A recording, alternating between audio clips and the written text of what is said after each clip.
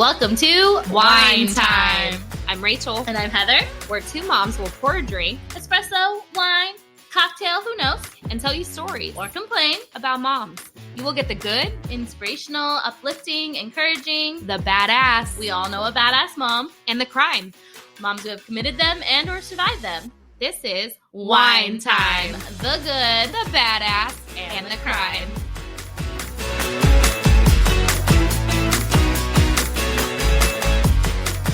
Hello, everybody. Hello, everyone. Welcome to the Whine Time.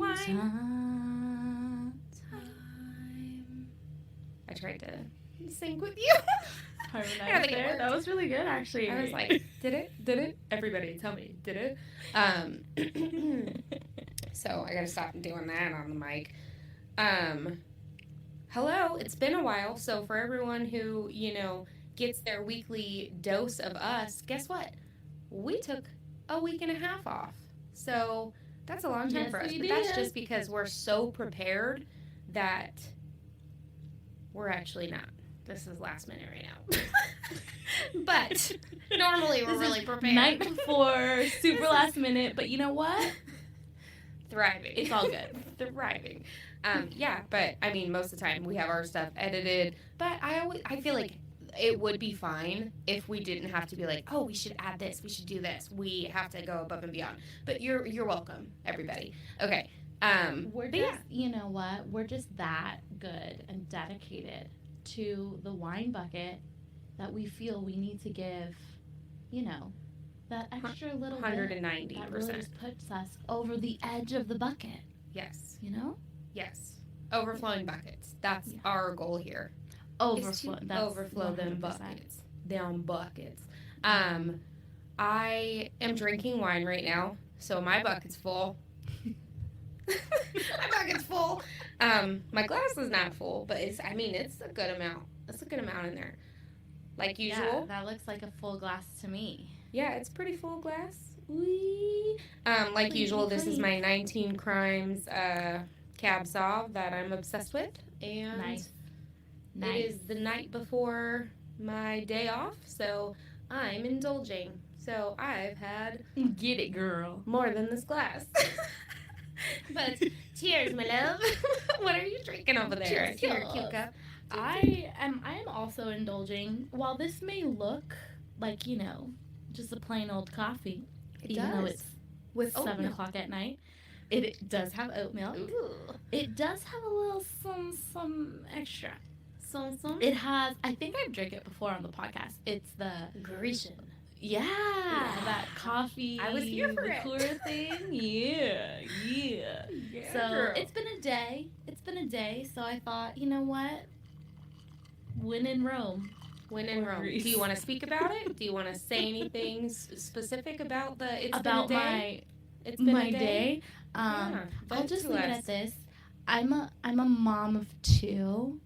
One who is gonna be 3 and one who is 8 months. And I think that about sums up the end. Been a day. Close the book. Everybody understands. No, I feel like most people Next chapter. Yeah, exactly. But we're here for you, and those days are gonna happen, and it's unfortunate. Yes, and for sure. We gonna But that's why I through. have exactly community of what I was wine gonna say. buckets. That's why I have my wine bucket. Yes. I love it. I love it. But it is in that moment, just trying to make it through and get through the rest of it. You're like, just go to bed. I know.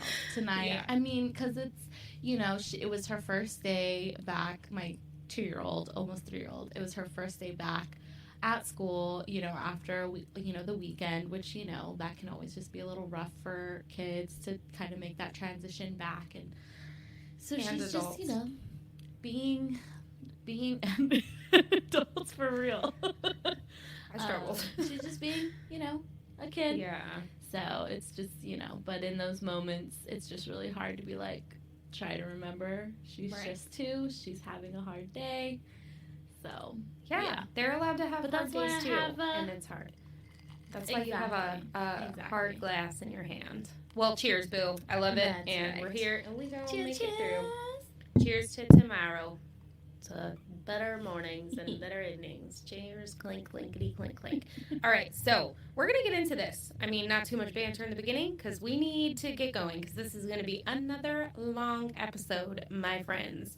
Hopefully, you guys didn't mind the fact that birthing / advice was 2 hours. Hopefully, you loved it because this one is going to be close.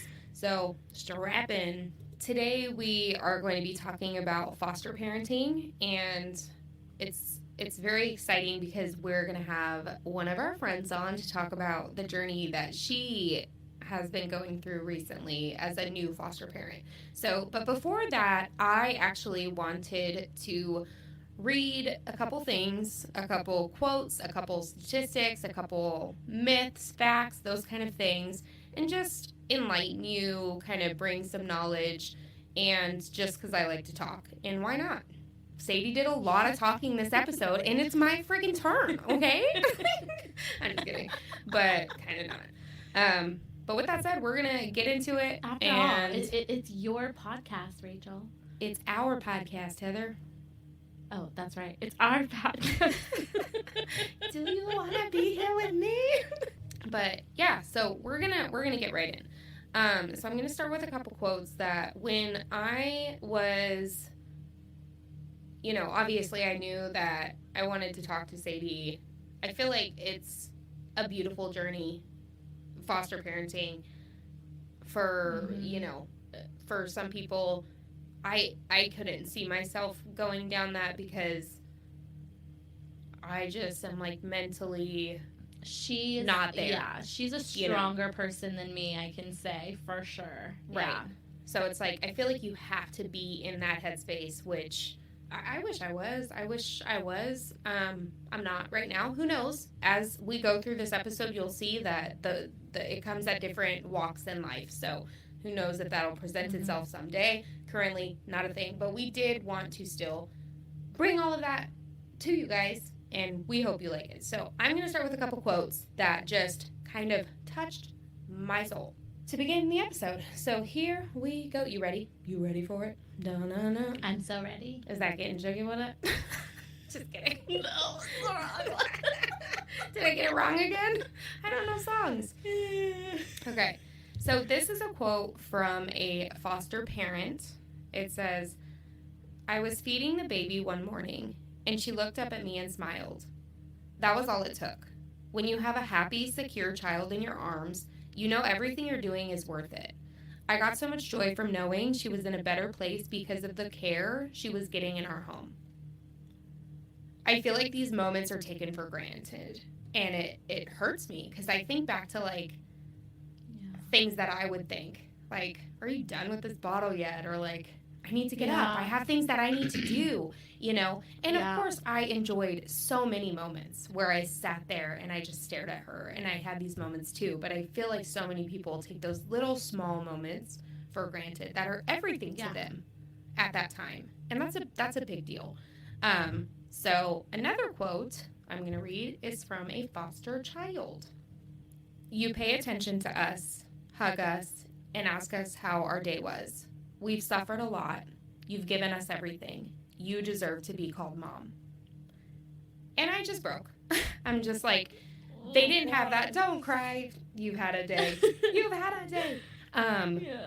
It's beautiful because obviously the foster parent is doing this for a reason. Right.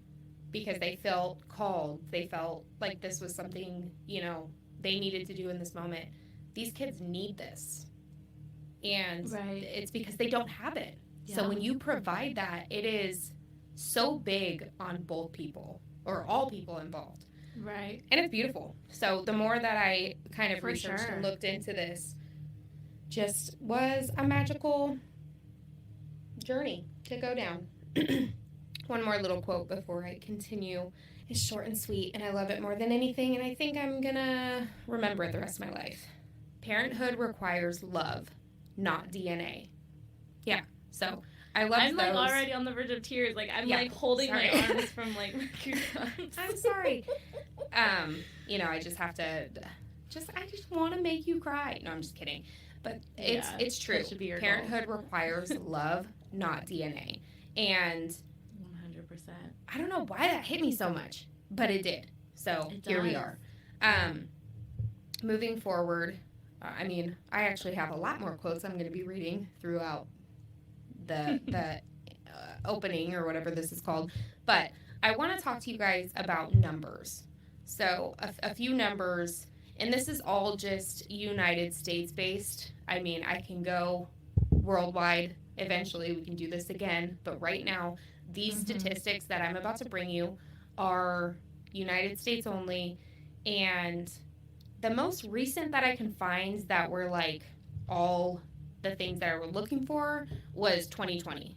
So everything that I'm about to tell you good in terms is 2020. Of national statistics. So and everything that I tell you guys right now will be in the show notes. I have all the sources saved and they will be on there so you guys can go check everything. But number wise, it breaks my heart. So children 0 to 17 in the foster care system in the United States in 2020, there were 394,604 kids. Oh my gosh. So many. Oh my gosh. I know. So the top 3 states, which when you look at it, makes a lot of sense statistically because of population. California. Okay. At 50,737. Texas, 29,991. And Florida at 23,518. These numbers are insane. I have goosebumps right now. Obviously, like I said, population-wise, it's a big deal, obviously. I didn't save it, but I think the one that had the smallest amount in 2020 was Delaware, smaller state. I think it only had like 400, but still, per area. Still. Crazy. So crazy many amount. Kids. Okay, now I'm going to tell you by age group, which also broke my heart. So the ages, this goes from like 0 to 20. So the ages from age 16 to 20 years old, 55,905 children are in the foster care. Ages 11 to 15, 90,000 children, 502. I said that wrong. 90,502 children. Ages 11 to 15. Ages 6 to 10, 91,658. This one hurts. Ages 1 to 5, 140,213. And the biggest number, I'm sorry, don't cry. The biggest number, age under 1 years old, 290,000 children are in the foster care system. God. So this is just, I will say from like 2018, 2019, the numbers did get lower, which, progress, good. I guess. I don't know. But still, that is insane. Those numbers are outrageous. So it's crazy. But it's happening here. It's happening everywhere. Like I said, those are only the numbers here in the United States right now. But it hurts. It hurts to know how many people. But at the same time, and if there's people that are listening that have been in the foster system or, are foster parents, if you've been a foster child, sometimes, yes, it hurts, but sometimes it's beautiful because you are getting a family. Yeah. You are getting out of a situation that, you very much needed to be out of. So I don't mean to only talk of this as a negative thing. It's just an unfortunate thing that the world can't be perfect. And I just can't stand that. So that part really hurts my heart. So of course I'm going to go back to a couple quotes right now. So hold your tissues if you need to. This one, I read this mom's story and it was just very cute because she had talked about how she had her son who was a few years older, and when they brought their foster baby home, she was very nervous because she had only one child, you know. And then it was like, as soon as the foster baby came home, it was like, baby, baby, baby, you know. And she was like, oh my gosh, like, that's awesome, right? But she always wondered, like, okay, like, yeah, there's going to be good times. But there's also going to be bad times. And this one day specifically, the baby wouldn't stop crying. And she tried everything. And her son, who I don't remember if he was 3 or 4, was like, well, maybe can I try to hold him and see if I can calm him down? And it just broke her, like, in the best way possible, because it was like, yeah, even the tough days, he's also going above and beyond, which was beautiful. Right. So she had this quote that she had said in her little article. I think she has like a blog, but she said, you want foster parents who are going to get attached and who are going to have broken hearts at the end, because then you're doing the job right. Woo, man. Gosh, reading is hard when it's like emotional. Yeah. Because it's so true. It's so true, right? You want foster parents who are going to be all in, because then you know this child is being loved and cared for and provided for, you know, the way that a child deserves. But absolutely. It makes it that much harder on the foster family, for sure. It sure does. Should I even read a couple more quotes? Because I have like a couple more, but it's like, should I not? I mean, I'm already like crying, so I'm like, is it just might too as well hard? keep going now. Families don't have to match. You don't have to look like someone else to love them. This was from Lee Ann Tui. Everything I read or say, you guys can find in the show notes later also. We live in a world in which we need to share responsibility. It's easy to say, it's not my child, not my community, not my problem. Then there's those who see the need and respond. I consider those people my heroes. Fred Rogers. They're my heroes. Woo, man. I'm going to bring a whole different direction for a second. I'm going to tell you guys some myths and facts, because I feel like people have some knowledge, you know, some things that they think about, or like maybe they've heard things before. But these are a couple things that I had found on one of the websites that you can find in the show notes that they kind of just try to set the record straight. So, the myth. You have to live in a house to be a foster parent. No, you don't.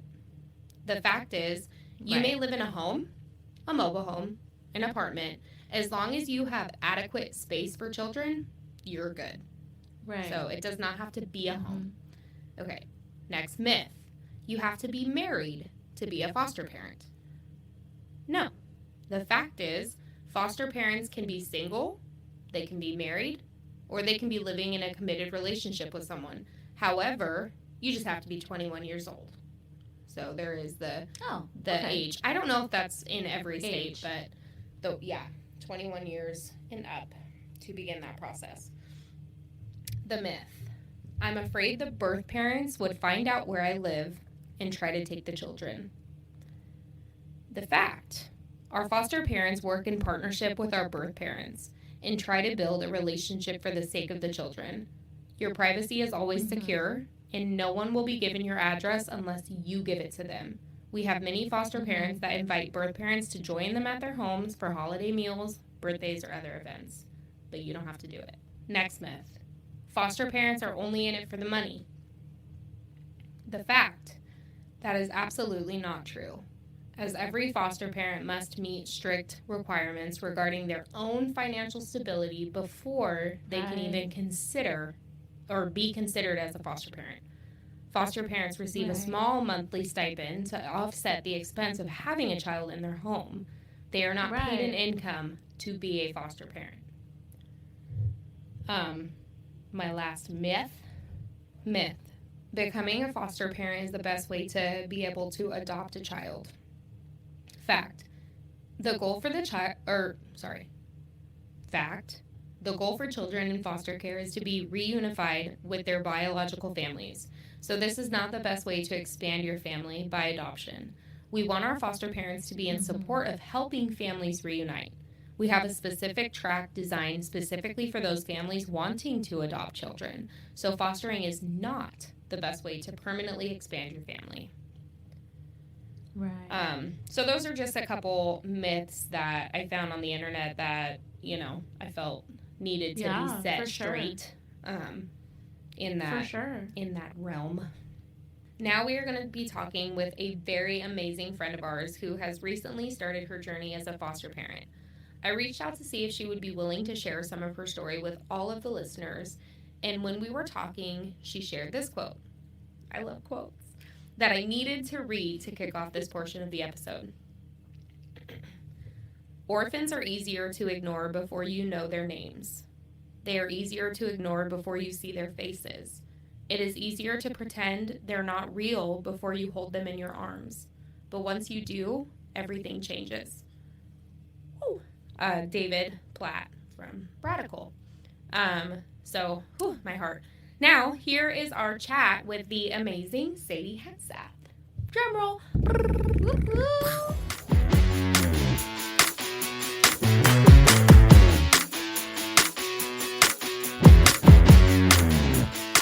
That's a good idea. Good. How are you? I'm awesome. I'm really good. I am. We're so good. excited to talk to you. I'm I am especially too. excited because we haven't spoken in like a long time. I know. Not face to face Crazy. anyway. Yeah, seriously. Well, and then It's she good to see freaking your tells faces. me, she's like, I actually knew Sadie before I knew you. I did. Oh, My response should have totally- been, I knew Sadie before I knew anyone. I knew Sadie before I was even born. I was wearing a diaper. Yeah, That's I was right. telling Rachel, I was like, I'm pretty sure, like, I knew, like, obviously, like, I think, the school was small enough, everyone kind of knew who everyone was, but I was like, no, I definitely, like, knew Sadie, hung out with Sadie before I ever, like, hung out with Rachel. I was like, yeah, we Aw. spent a whole, 5 or 7 wonderful days in Washington, D.C. We sure did. I was a super weird kid too, so everybody knew Sadie. You were not super weird. My best memory from that, though, is your mom had packed you, like, no joke, like 50 water bottles. So your suitcase is, like, over the weight limit.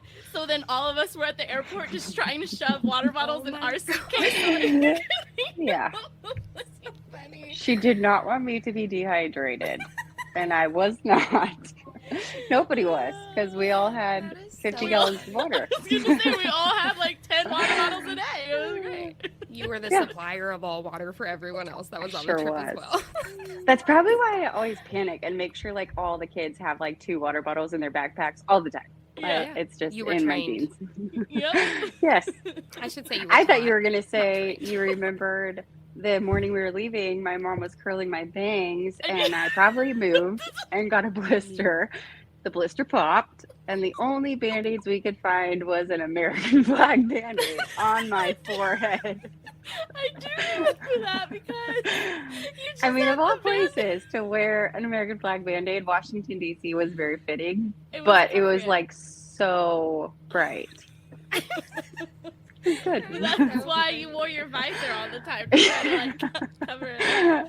Yes. It was the best. Is I that how loved that it. happened with the name tag? You were trying to hide the Band-Aids and you hung it right there on purpose? so. That is I don't why. even know. I don't even know. I do remember though that on that visor, Washington was spelled wrong, so that also brought attention No to my way. head. Uh-huh. There was no G, so it was Washington, Washington. made in China. Oh my god, that's hilarious. That's Good exactly stuff. how it would be said.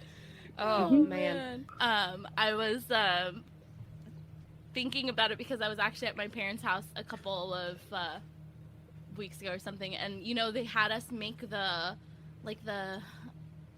not like a scrapbook, but almost like a scrapbook, so that when we got Yeah. back, you showed all your teachers like this. I didn't just spend a week in DC without doing anything. Like, here's what I learned. Right.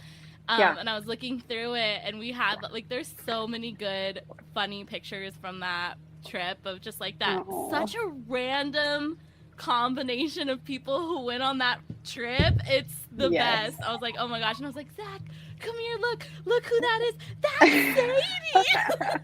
Sadie. Oh, that is I so mean, he's awesome. like, I need to go "What?" find mine. You should. gosh. I remember yours being really good. Your scrapbook thing was pretty good. Aw. And then there was what was her name? Colleen. I remember seeing Colleen's and I was like, whoa. Like I was like, mine was literally slapped together with like a single Sharpie marker. Did you guys? Aw. Did you have to be smart to go on that field trip? Is that why I didn't get to go, or what? Is that why I wasn't invited? I don't think you had to be particularly smart, but I just remember a lot of the kids that went were from Blue Track because Right. it's done by CJSF, and Miss D, she taught on Blue Track, so that's probably why it was mostly like Blue Track kids. Yeah. Hmm. I feel like it might have interfered with like soccer or something too. Like I No, I wasn't. I don't There was not even a thought in my exactly mind remember, about but- going, so it didn't matter. I couldn't even spend the night at a friend's house, you guys. Like, I would go to a friend's house and I'd call my mom at like 11:30. You have to come get me. You think I would actually be able to like go somewhere far away? Yeah, right. I'm That's 32 funny. years old. I finally went somewhere far away. Okay, that's all there is to say about that. It took me 32 years to move away from my mother. That's great. So, who shows up here in 2 days? Yay. 2 days. Whoop whoop. Okay. Exciting. So we are gonna start this. Sadie, you Okay. ready? You good? Yeah, Ready now I for it? need to refill the puffs. Hang on. I was gonna say, is she all set? I No, gave her cutie. like a whole container of puffs and she downed them. So refill. All good. That's Yes. exactly what my daughter did this morning. I was like, where'd they all go? I'm like, you're 7 months old. You should not be eating that many puffs, but okay. All right. Gotta do what you gotta do. Yep. Gotta do what you gotta do. What are you drinking, Heather? What have is got that? a, Coffee? coffee. So I've done something special though. I've switched out using milk and or creamer, and all I'm using now is vanilla almond milk in all of my coffees, and it's not bad. It's not bad at all. And it's healthier. That's what my It has like thought a process lightweight. was. Almond milk is so Yeah. like light and airy. That's the only issue though, is like it's not as obviously creamy as like regular milk, and so it's fine when I make an iced coffee, but when I'm trying to do a hot coffee and I want to froth it, almond milk, There ain't I no can't- frothing, yeah, no I almonds. can't get it to froth. No frothy. You got a Have you drink ever with tried Sadie? oat milk? Oh, sorry. No, is that good? Yes. So Okay. I also have iced coffee. Cold brew Yeah. is my life. But yeah, I have tried like all the different kinds of milks, and I don't really like sweet coffee, but I like creamy coffee, and oat milk Mhm. for whatever reason is like way creamier. Oh, then I gotta I love try it it. because that's what I miss is like the creaminess in my Mhm. Okay, I'm gonna try oat milk. Good to know. Thank you, Yeah. Sadie. I don't know if you I go knew to I should have asked Costco. you. I do coffee all day. Yep. But yeah, I get mine at Costco, so it's like 2 big jugs of it. And the one I have right now, I think it's coconut flavored, but it's oat milk. But anyway, it's really good. Nice. Okay, gonna try it. Putting it on my list. Put it on Cool. your list. She said she gets it at Costco. Go get it, girl. Go Mhm. get it, girl. I'm drinking alcohol. It's 11:30 in the morning, and I've got a mom water. A mom water right here. So, and I've already completed my daily tasks. And the only thing that has to be done later is make dinner. So here we are. Okay. Oh my gosh. I was telling her like we had to get up. We went to a coffee shop because Joel took the day off because he leaves for drills, so he'll be gone for 2 weeks. So we went to a coffee shop. Then we had to drive and leave one of my cars at my office so that when my mom flies in on Saturday, she just Ubers to my office, gets the car, drives home. So we drove to Lexington, then we drove home. Then we went to Cracker Barrel. Then after Cracker Barrel, we went and took and got my car washed, and we washed the car and everything. Then we came home. So Oh my I'm all gosh. ready to go. And we walked through the door, and I was like, hey, you want a mom water? And he's like, duh. So here we are. Here we are. All right, my here we gosh. go. So we're going to get into this. And to start it off, first of all, hi, Sadie. I've known you forever, Hello. and you're here to help us record Whine Time. We always got to sing it, sing it, sing it, sing it. But we will start with, can you tell us a little bit about yourself? Yeah. Who are you? So my name is Sadie. Mm-hmm. I live in Texas, and I have 3 kids right now. I'm a stay-at-home mom / foster mom, and just doing the mom thing. Doing the mom thing. That's our next shirt. Doing the mom thing. Hey, that's a good one. I like it. So you just mentioned how you are a mom of 3, and one of those you are a foster mom as well. So can you share with us about life before your foster care journey, life like a year ago as a wife, a mother of just your 2 little boys? Yeah. If you don't mind, I'll actually go back a little bit farther than that. But so I said I live in Texas. I used to live in California. Obviously, that's how I know you 2 beautiful ladies. And I just, as a child, like going through high school and everything, I was always very driven and independent and confident. And I just like knew I was going to be professional and go get college out of the way so I can go have this awesome job. And I just like knew what I was going to do like my whole childhood. So I moved to Fresno, went to college, and when I graduated,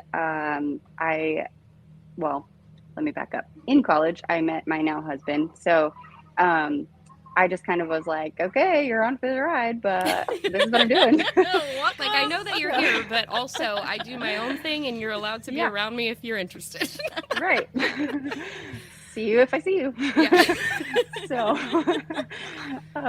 but obviously he's awesome, and he was up for the ride. And when I graduated college, I took a job in Bakersfield, and I quickly figured out I wasn't going to spend a whole lot of time there because it's Bakersfield. No offense to Bakersfield people, but I was like, yeah, no, this is my thing. They're like, offense taken. Sorry. They know. It's okay. But after a few weeks there, Josh proposed. And so I was like, yeah, okay. So Bakersfield's not happening. So a few months down the road, we're like trying to figure out what we're going to do. Like, are we going to both commute and live in between Fresno, Bakersfield, whatever? And a job actually opened up at Fresno State where I went to school. And it was like the perfect job for me. So I applied. It was a pretty long hiring process, but I ended up getting hired. So it was about a year after I started my job in Bakersfield. I put in my resignation, and I started my job 2 weeks before I got married. So that was also fun. I'm like, cool, thanks for the job. I'm going to need like 2 weeks off. So see you in a few weeks. But they were really awesome. It worked out really well. But it was like the job I absolutely wanted, and I didn't know I needed, but I needed it. So anyway, it was a perfect fit. A few years after I started there, we had our first child. I went on maternity leave and was ready to come back, and coming back was awesome. Of course, going back to work after having a baby is challenging. So there was definitely a learning curve there, but we figured it out. My team was really cool about it. They were very supportive. And then a couple years later, we decided we wanted another baby. And that time around, when I was on maternity leave, something just was different. And actually, like, I think before I even knew I was pregnant, I was starting to tell Josh, like, something in my heart just doesn't seem right. I love my job and I love the people I work with, but I'm just not feeling like this is what I should be doing anymore. And I think it was right for that season of life, but I just was like, keep that in mind in the back of your head. I'm unsettled and I'm praying about it. We're a Christian family and we're pretty strong in our faith. And so I was like, God's got something on my heart. I just don't know what.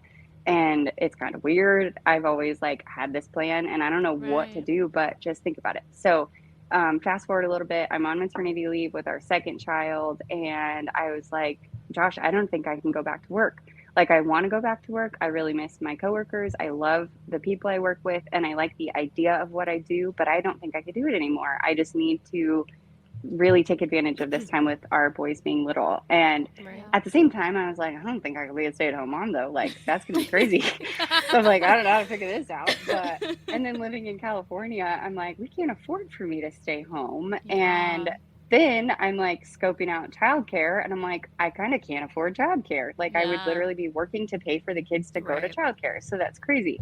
So anyway, a few things were changing around in our lives, and in between us getting married and that point, my in-laws had moved to Texas, and then my brother-in-law and sister-in-law had moved to Texas, and we had visited several times, and I loved it there. And so I was like, is this the time to think about it? And like Josh had just gotten a really good job too when our first son was born, and so he's like, that freaks me out a little bit. Like, I'm trying to provide for my family and moving to a new state. I don't know anybody. I have no connections.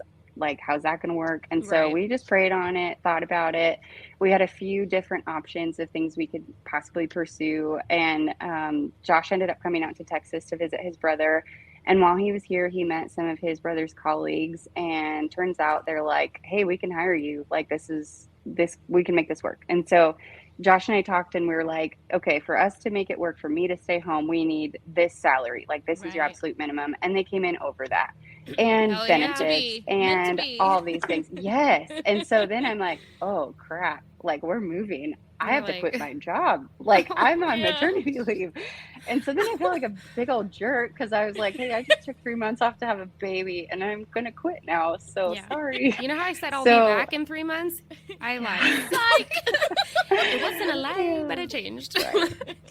Right. But like, that did give me some heartburn. I was really upset because I didn't want to let them down, and I really loved them. Like, I cannot express that enough. I was so blessed to work with those people. So we ended up, Josh talked to these people and we're like, hey, I'm really interested, but I need several months to like get things lined up. So I was able to come back from maternity leave, and I still worked there for a few months before we ended up moving, so I could help kind of get stuff situated so that they could hire somebody else, and it all worked out. I felt horrible. I like had some serious guilt, but they were so cool about it. Like, they threw me a big old shower, and yeah, they were really cool.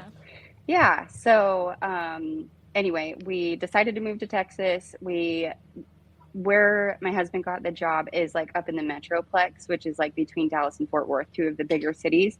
And part of what my heartache was when I was telling Josh that we needed to change was like, I need to simplify. Like, I want to stop being so crazy busy, and kind of funny now. Like, it's a different kind of busy. Yeah, exactly. That's what I was gonna yes, say, exactly. Like, I was so consumed with work, and I loved my work, but I loved it too much, and I wanted like that stuff to slow down. Like, I wanted to realign my priorities. So we moved here, and I'm thinking like, Texas is like, country, and we literally lived in like a bigger city than where we were in California. So we move out here, and I'm like, we're in an apartment with 2 small children, and we have to like get a toll tag because we drive on toll roads every day. And I'm like, what the heck? Texas has toll roads? Like, why? It's crazy. So anyway, we get out here, but it was like perfect for us because Josh was literally like a mile away from his office. So he was able to like spend more time in the morning, come home for lunch. He was home right after work. We did a lot of things like around Dallas and Fort Worth. I went to the zoo all the time with the kids, just like get out. And it was really cool. Like, that was a nice adjustment to stay-at-home mom life, because I was like, yeah, I can't just sit here all day. This is crazy. Yeah. And then COVID happened, and I was basically forced to stay home all day, and I was like, this sucks. Like, why? No. Yeah, at least like pay me to stay home. Like, Josh had to work from home, and he's making money. So anyway, so COVID happened, and where we were, they were like super strict about it. Like, the parks were literally roped off. You could not go to a park. You couldn't go to the grocery store. Like, it was all crazy. And so around that time, we started spending way more time with my brother-in-law and his family, and they live out in like a rural part of Texas, like 45 minutes from where we were living. So we spent more and more time out there. We ended up like getting into their like camping trailer and literally like, staying there for weeks at a time, because I was like, I can't go back to the apartment. This is crazy. And out where they were, like, things were a lot more lax. You could go to the grocery store, and like there weren't as many cases, so it was a lot like safer and just more comfortable. So anyway, we did that so much. I was like, hey Josh, we're gonna move again because I hate this apartment. I hate the city. We need to go.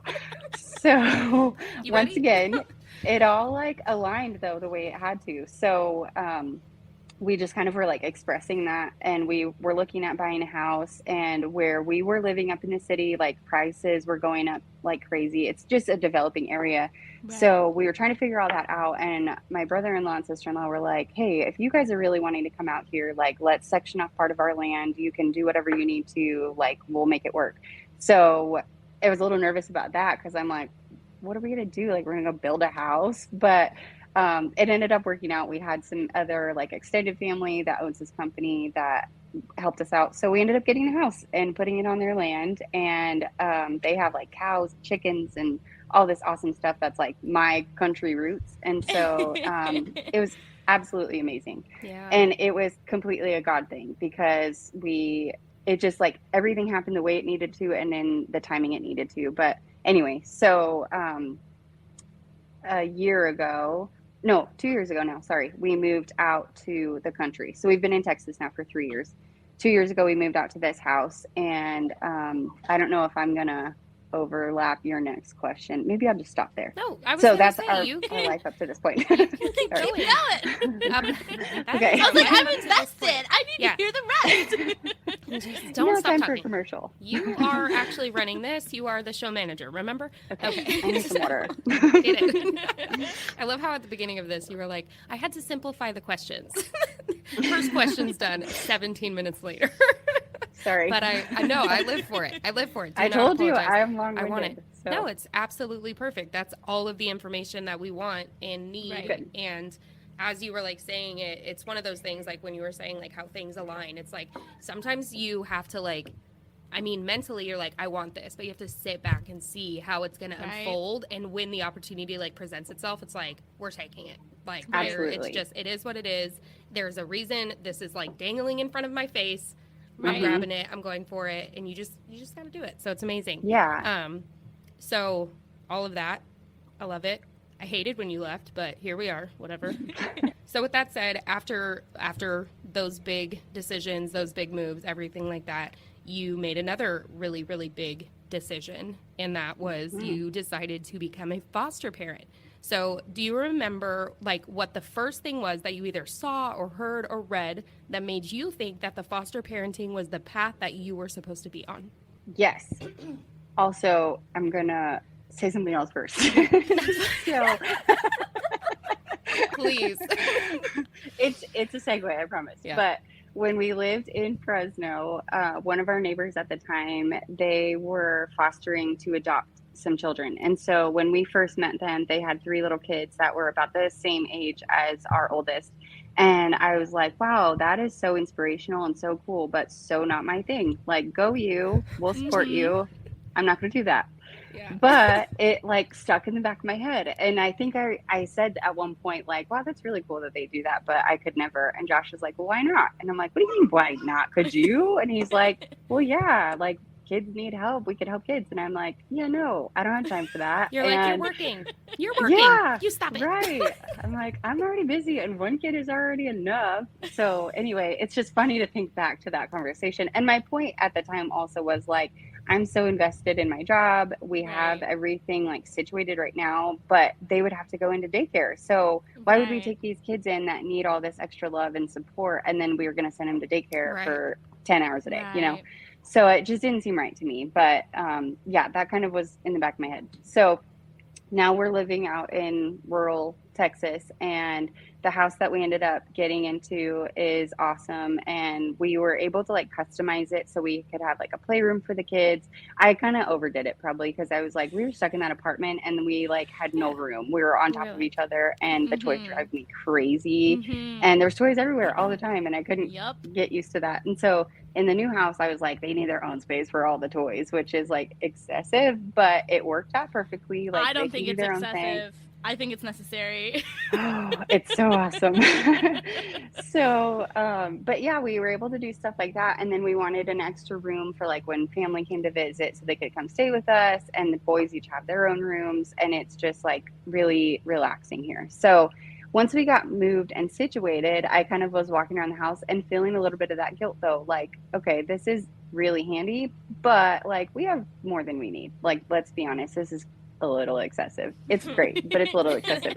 So it just kind of was like also unsettling. And I was kind of chewing on it for a little bit. And then right around that time, I remember reading a story on Facebook, like somebody had shared it, and it was about a foster mom who said something like, people always say they could never do this because it would break their heart. And her response was, if my heart's broken a little bit for this child, that's enough, because at least they knew love for however long they were with me. Like, I don't care if my heart's breaking. I don't want their heart to I break. just And got chills. so, right? But I was still in that like selfish mode where I was like, oh, that's nice. But I don't think I can do that. So still just like another message, like kept it in the back of my head. And then I am driving around like our new little neighborhood. I go to the grocery store. We also have Kroger, and I love it. I hope you love your Kroger. So I went to Kroger though, and stinking Kroger had a sign out in the lawn in front of their store that was like, we need foster families. Please call this number. Like, you can easily get trained, whatever, call us. And I was like, that's strange. Like, why am I thinking about all these things all of a sudden? And then my sister-in-law took me out to like a different area of town, and we went to this super cute little coffee shop. She knows I'm obsessed with coffee. And that lady of the coffee shop was a foster mom who had adopted. She fostered 80 children. I think she adopted like 20 something of them, like all ages. And she's like, she might be, I don't want to like, well, anyway, I think she has grandkids, like, let's just say that. So anyway, she's been doing this for a very long time. And I just like reading her story, I was like, wow, that is so inspirational. How cool. Why do I keep hearing about this? Like, this is kind of crazy. And then before we moved out here, when we were still in the apartment, I was kind of like church shopping. And so at the time with COVID, like everybody's churches had stuff online because you couldn't go in person. So I had been watching sermons online for a church that was close to where we were moving. And I really, really liked it. Like, I watched a bunch and I just kept coming back to this one pastor. So I felt really comfortable. I really liked it. Once we got situated, they had started to let people come to the church and like sit in person. So Josh and I went, and I think the first weekend we were there in person, they were like, hey, church, we started a new ministry for foster care. God. So if you're interested, like, come check it out. Come talk to us. And I was like, okay, like, I can't deny this anymore. I'm hearing you. I'm sorry. You're going to have to like literally run me over with a car that says it, because I'm ignoring all of these things. And so, you have given me every single sign. You have given me every single thing that says, hey, this is where you're supposed to be right now. That's like at Kroger, when you walked up, they probably had 7 other signs right there. But when you are like needing something in life, obviously you see the one that is calling out to you, you know, like you didn't see the other stuff that was happening. You saw that one for a reason. Okay, sorry. Keep going. Okay. So that's not even it. Like, I think the next day or two. She's like, no, I still told her no. Good for you. 80 kids, good for you. Oh, so sweet. So I took the kids to the park, and I think a few days later, I was talking to this lady, and sorry, the baby's crying. She also had little kids that are like my kids' age, and we got to talking, and she was telling me that she had just recently moved there, and she had adopted her children from foster care. And I was like, oh, wow. Okay, I need your phone number because I may be calling you soon. And then, okay. So after that encounter, I was like, okay, maybe I need to like really think about this, but I couldn't tell Josh yet because I just knew he would say yes. So I was like, let me think about it. And I went home, and I was like, I don't even know how to start. Like, what do you even do? Do you have to like call a certain place and they refer you, whatever? So I started Googling it, and this one agency that I really liked had just opened a office in our county. And it was like the only one near us. And all the testimonies that I was reading from other parents, I was like, gosh, this sounds so great, but I don't even know how it works. And they were like, oh, we just opened like literally 5 miles away from your house. And so I'm like, okay, let's think about it. So I think that day I told Josh, I'm just thinking about it. Still thinking about it. Like, I'm not committing yet. I really like having a little bit of free time, but you know, so I was like trying to think about how to tell Josh in like a way not to freak him out. And part of me was like, maybe he doesn't want to, but I think I knew in my heart he would want to. And so I think that evening when he was driving home from work, so he drives like an hour to get home because I wanted to live out in the country. And so it works though, because that gives me like an hour to make dinner on his way home. So anyway, I get a little heads up, but we talk usually like when he's driving home. So he calls me, and I'm like, just hear me out. Like, think about this. I want you to think about it. Don't answer right now, but this has been kind of on my heart, and I think maybe we should look into foster care. And he's like, yeah, let's do it. I'm like, no, I said think about it. Like, That's don't not say yes thinking about yet. it. No. And he's like, I've always wanted to do that. Like, you know that I would. Let's do it. And I was like, dang it, Joshua. Okay. Okay. So it took me a few days to like get the courage up to call the agency. And of course, the lady I talked to at the agency was like an angel, and she was so nice and so awesome, and asked me like all kinds of questions and wanted to know about our life, and just kept like talking about how it was such a God thing and how like blessed we are and how we can be a blessing and how she's so happy to talk to me. And I was like, all right, we could be best friends. Just send it to me. Let's do this. So she sends me the application, and then I'm like fully in submerged under the water now. So that was how we led up to getting started. That's, oh my gosh. You're like, no again. No again. And also, didn't Josh, not me, this is not my path. Why every single path I take, is there a sign? I keep saying no. But didn't Josh want like 12 kids anyways? He wanted a football family, so it's like, yeah, like, he was ready for it. So like when we were dating, so my oldest brother had a baby when they were teenagers. I was 13 when he was born, and I was like fill-in babysitter. I watched all the madness, and I was like, I'm never having kids. This is crazy. And so in college, like that was still my thing. I was like, not so sure about that kid thing. Like, I don't think I really want any. And he was so cool about it. Like, he never said anything. Like, you know how some couples are like, that's like, you can't even go there. We have to, you have to know. And he just like kind of kept quiet. And then like, I don't know if we were engaged yet or even once we were married, but then he broke the news that he really wanted a football team of like 12 children. Yeah, and I was like, and you're like, wait, what? So you can volunteer at like Big Brother, Big Sister. Go for it. But 12 children are not coming out of me, so that's not happening. Obviously, after a few years, I gave in and was like, yeah, one kid's cool. Then we had the second, and I was like, we're not doing that again. That was crazy. And then, you know, God kept working on it. So yeah, so Josh was like all about it. And his backstory, he was in college to study criminal justice, and he really wanted to be a correctional officer. So at the time he was studying for that, he was also working at a probation school, and he was working with kids. I want to say it was junior high and high school age. And so he was with kids that had like criminal records, like they had been in gangs, they had done drugs, they've done very bad things, they've been locked up, and now this is like their chance to kind of get back on track and get in school. And he is one of those guys that like could connect with them like no other. And he would tell me these stories, and I'd be like, first of all, I'm scared to death of these kids, and second of all, like how, like, you're so cool for seeing past their reputation, you know?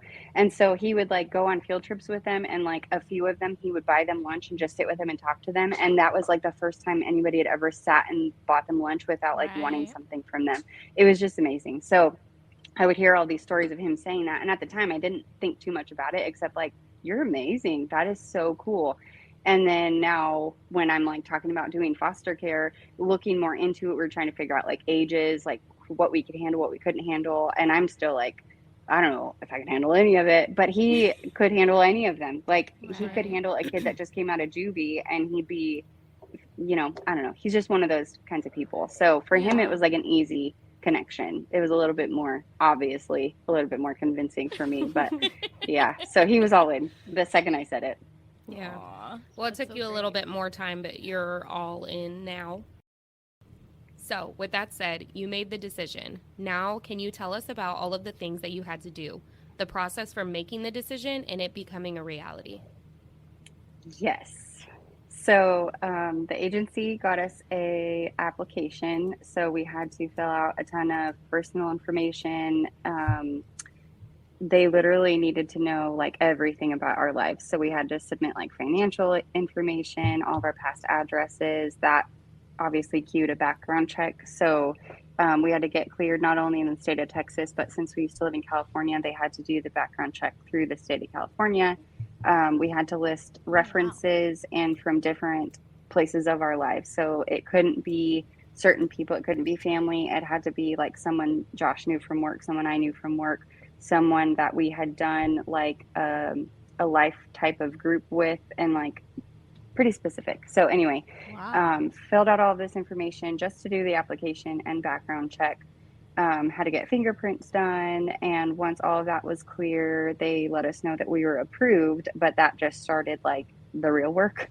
Yeah. So the agency came out to our home and Oh, did an no. initial home assessment. And so at that visit, she just kind of talked to us and got to know us personally. Wanted to know like why we wanted to get into foster care and what we were hoping to get out of it. Like if we were motivated to adopt right away, if we didn't have any interest in adoption, things like that. If we had a preference for age, gender, race. Which, when some of those questions came up, I was like, really? Like, you think that we would prefer a certain race? And she's like, unfortunately, some people do. Like, they won't take this or they will only take Wow. this. And I was like, yeah, no, we're here to help kids. Like, we don't care about that at all. So, anyway, Right. side note. But anyway, she did the home assessment and kind of freaked me out a little bit because she looked through the house and was like, oh, based on the square footage and the amount of bedrooms and bathrooms you could have 6 kids. And I was like, Oh, no, we can't. No, we definitely can't. What? Try again. Oh my oh gosh. my Yeah. gosh. So she was like, okay, let me back up. Legally, you as one adult can have no more than Oh. 6 children with you. And if you really wanted to, you could put 2 kids in each of the extra bedrooms, leaving your bedroom open. So you could, but you don't have to. And I was like, good, That's because we're not. crazy. Yeah. Yeah. 'Cause we're So, not. Oh my gosh. so as it is, like our kids have their own room, and then we had the guest room, which we ended up converting to the foster room. And so, one of the Right. things that they repeated to us several times was that most of the time kids come into foster care with siblings. So it's very rare to see a child by themselves. So she's like, you can put one child if that's Mm-hmm. really what you want to do and what you think you can handle. But you probably will not get a placement for a while because most kids are with their siblings, and we try really hard to keep the siblings Right. together. Right. So we decided, okay, Right. let's open it up for 2. But the other thing was we had gotten a lot of advice about trying to keep the foster children under the age of our oldest child. So something about the dynamics with the kids, like your oldest child kind of needs to keep that as their status, and that will probably be an easier transition for them to like still be the oldest kid and the helper, and they might accept that a little Okay. bit better. And given how our oldest, how his personality is, that completely made sense. He like loves being the leader of the kids. So He's awesome. anyway, Yeah. he is pretty awesome. So basically we just kind of had to figure out what our goal was when we started foster care, and we kind of started it out a little naive, like we just want to help kids and we don't really want to put too many limits on it. Like we want to stay open to God's plan, so we'll just see how it goes. And so as we went through trainings and everything, though, our agency told us like, you'll figure it out, you'll get a sense for what you can and can't handle, what you think you'll want to do. So anyway, we had to then do a ton of trainings. That took probably 6 months for us to finally get all the trainings in.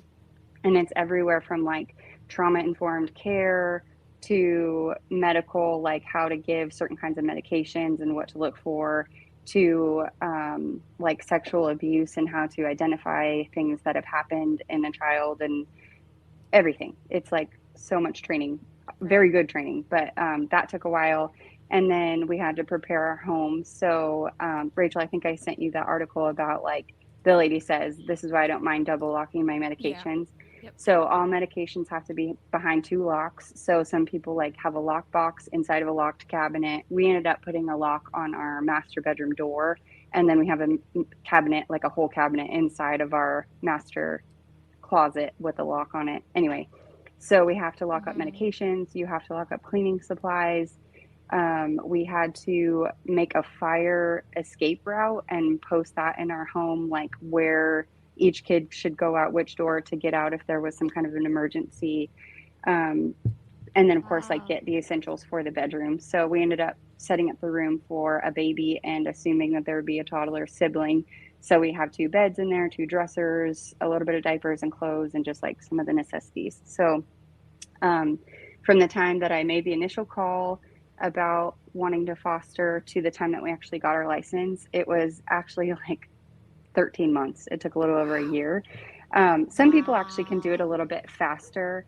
With COVID, that like changed some of the training. So they had to be on Zoom at a certain day and time, and that just like didn't totally work for us. So we just kind of had to pick and choose like when we could do trainings. So part of that I think would have gone a little bit faster. And then having to do the background check through the state of California took a long time. So just little things like that kind of delayed it. And sometimes I was a little frustrated with that, but I just kept in mind, like, this is all God's plan. I'm trying this because I feel like he's really speaking into us that we need to do this for these kids. And so he's going to put the right kids in our path at the right time, and I shouldn't stress too much about it. So anyway, it was about a year from the time that we called and applied until we actually got our license. I love it.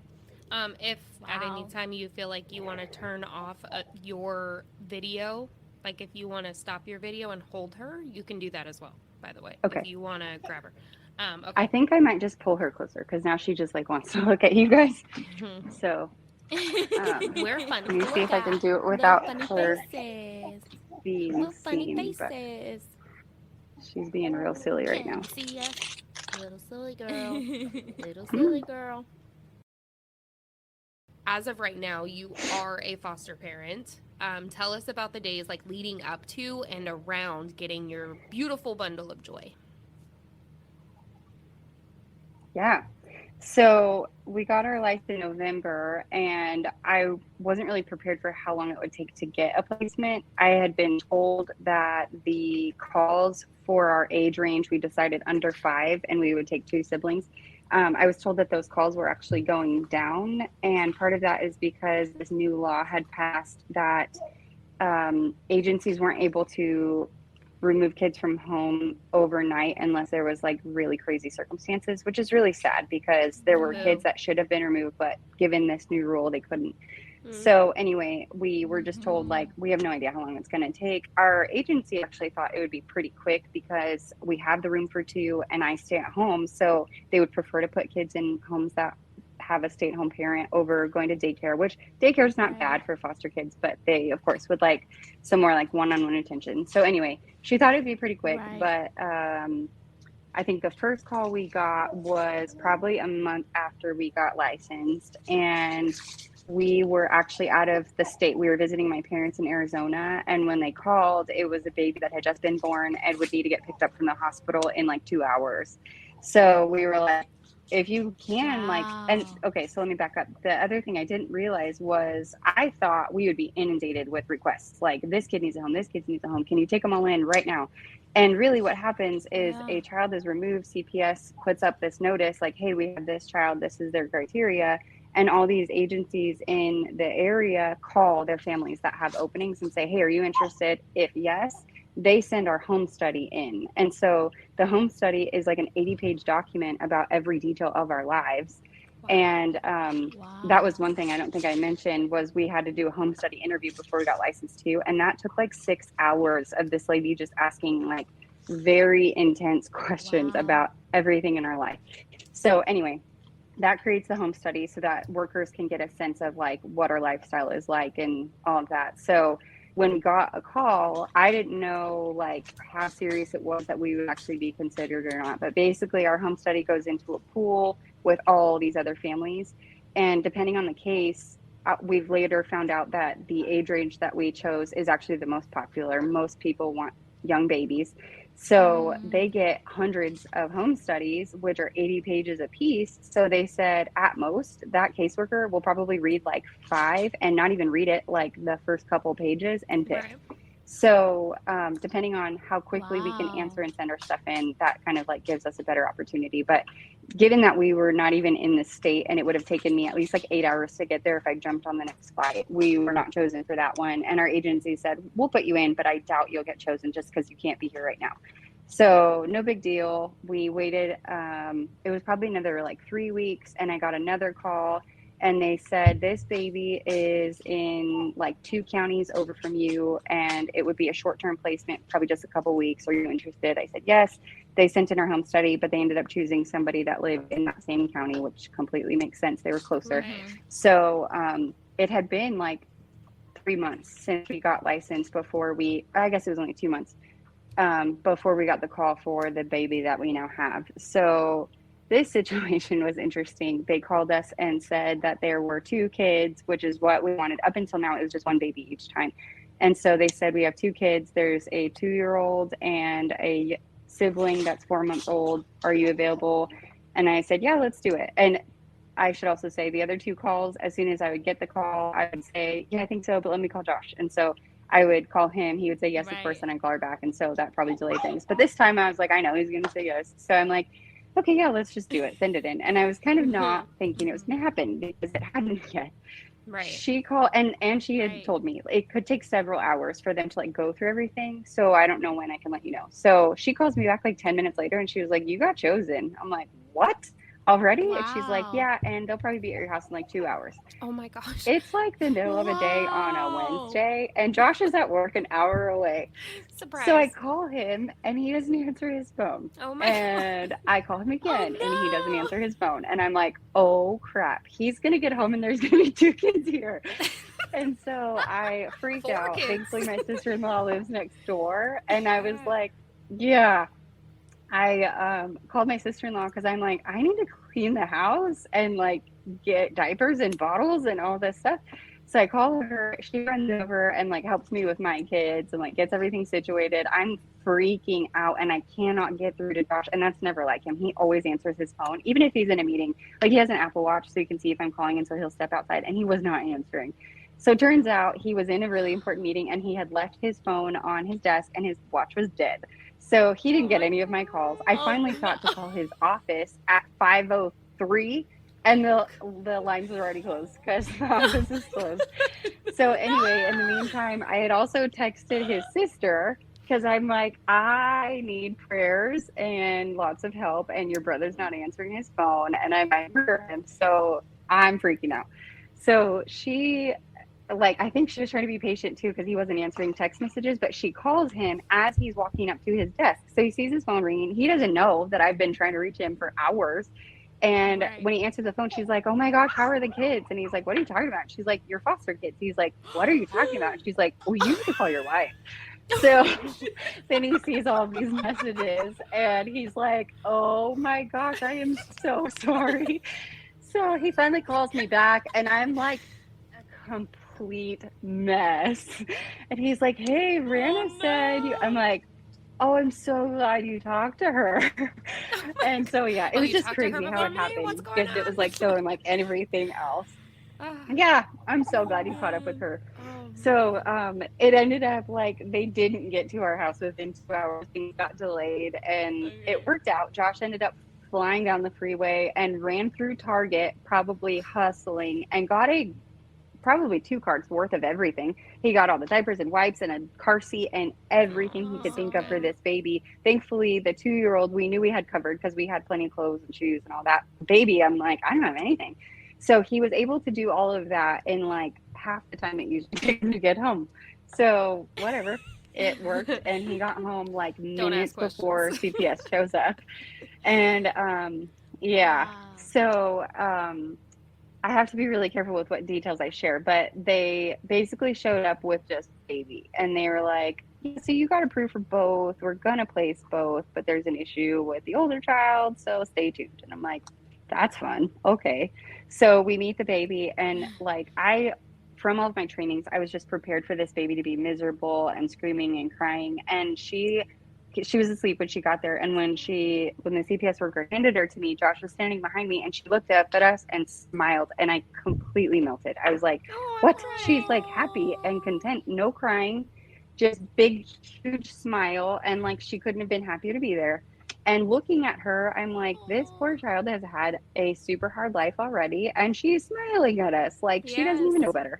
So that immediately was like a huge relief. I'm like, okay, we can do this. Like, she's fine. We're fine. She's happy. God put her here for a reason. So Fast forward a week, they finally brought us brother, and that was also cool. Like I didn't know what to expect with him. Obviously, he's a little bit older, has been through some other things, and he came in. I think it was a relief to him to see our two boys. Like they have toys and boy stuff, and we're so excited to meet him. And so they kind of took over for me. They're like, "Here, come here. Let's show you this. We have all the snacks."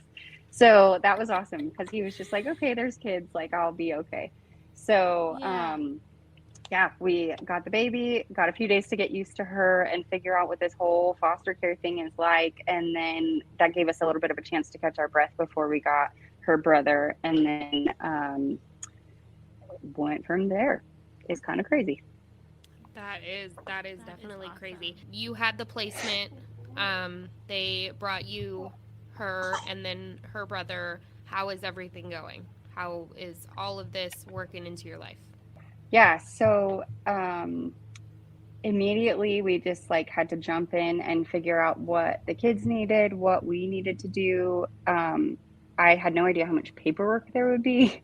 There's a paper and a document to fill out for everything. We had to do a lot of doctor's visits. So just to get the kids like an initial evaluation, see how their health is and what they needed nutritionally. And then we had to meet like their caseworker. We talked to they have their own attorney. We had to meet their advocate who is like that in between in court. And so anyway, it was just a lot of time spent meeting everybody and get everything filed and filled out and figuring out where they were.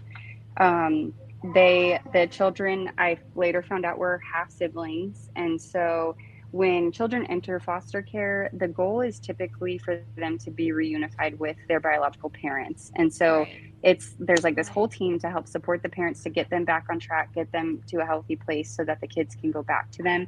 There's also a chance that there would be a relative that could step in and take the children so that they're not in the foster care system, but they would be with someone that they're related to before they go back to parents. So anyway, we knew that, and we had no idea like how long we would have the kids. After about 2.5 months, we were told that the little boy was able to go back to his dad. So they have the same mom, different dads. He went back to his dad. And just based on what we saw when they would go to their weekly visits with their parents and what the dad would like bring to the visits, we were very happy with how that turned out. His dad was so supportive and they had wonderful visits. The little boy was so happy to go see him every week, and that made me very happy. And dad would bring clothes and shoes and snacks, and it was just amazing. And I was told by everybody that he was putting in so much work, and it was just awesome. So that was like the best case scenario for him and what we were kind of told like could happen, and we felt so good about it. So the little girl, obviously different set of parents, different dad, and just a different set of circumstances, and that has not been the case yet of her being reunited. So we are still just soaking up every moment with her. There is still a possibility that they could find a relative, so we're just kind of keeping that in the back of our minds that she might go to someone else before the parents' case is situated. But in the meantime, it's been hard for me to like let go of that control. Like I would love to know exactly what's going to happen and when, but we can't. Like everything is out of our control. So yeah, we're just kind of hanging in there. Both children, we were able to get them into different kinds of therapy to help them with different needs that they have. So that looking back on it, I think I was like so confused why I felt the need to do this, because I don't feel like one of those people that's like, I was born to be a mom, like momming is everything and I've always wanted to do that. Not that that's a bad thing at all, but that kind of intimidated me when I became a mom, because I'm like, I don't feel like that. Like I love my children with my whole heart, but I also had other things that I wanted to do, like my career, and like there's those moms, you know what I'm talking about, like they are just like, they were born for it, and they're so good at it, and they're so patient and loving and kind, and like just this angel of a mother. And I'm like, oh, I would love to be, but I'm not. So I'm just trying. But now looking back on what we've been able to do with these kids, especially the little boy, he's gone, but I can see how my persistence and attention to detail helped him get what he needed. Like I was an advocate for him in those few months that we had him, and I was able to get him connected with people and services that I don't think he would have gotten otherwise. And I am just thankful for that opportunity. So that in itself, like, I'm thankful that we got to experience that. And then with this little girl, every day that we have her, we all fall more in love with her. And like, our boys are obsessed with her. They introduce their baby sister to all of their friends. And it's hilarious to see the kids' reactions because, for those of you that don't know, she's a different race. And so the boys, like their baseball teams, they'll be like, come see my baby sister. And these boys run up like expecting to see a boy or a little baby that looks like them. And she does not look anything like them. And they're like, oh, okay. But I love it. Like, I am just so happy that we have this chance to teach our kids that, you know, like, we are put on this earth to love people. And it does not matter what she looks like or where she came from, any of that. Like, they don't see that at all. They don't think about it. They just love her, and they're learning to love everybody and be how I think God wants us to be. So, yeah, it's just so good. It's not so much about us doing this, like, me and Josh want to be foster parents because we're such good people and we want to take care of children because it's such a selfless thing to do. It's not that at all. We have felt called to do this, and we have resources and blessings that we know we can share with kids at this point in our life.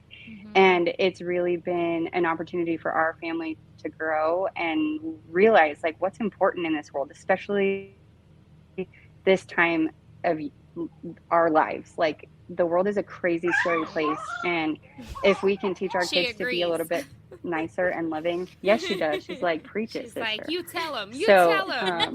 Call me baby sister one more time. Yes. Tell them.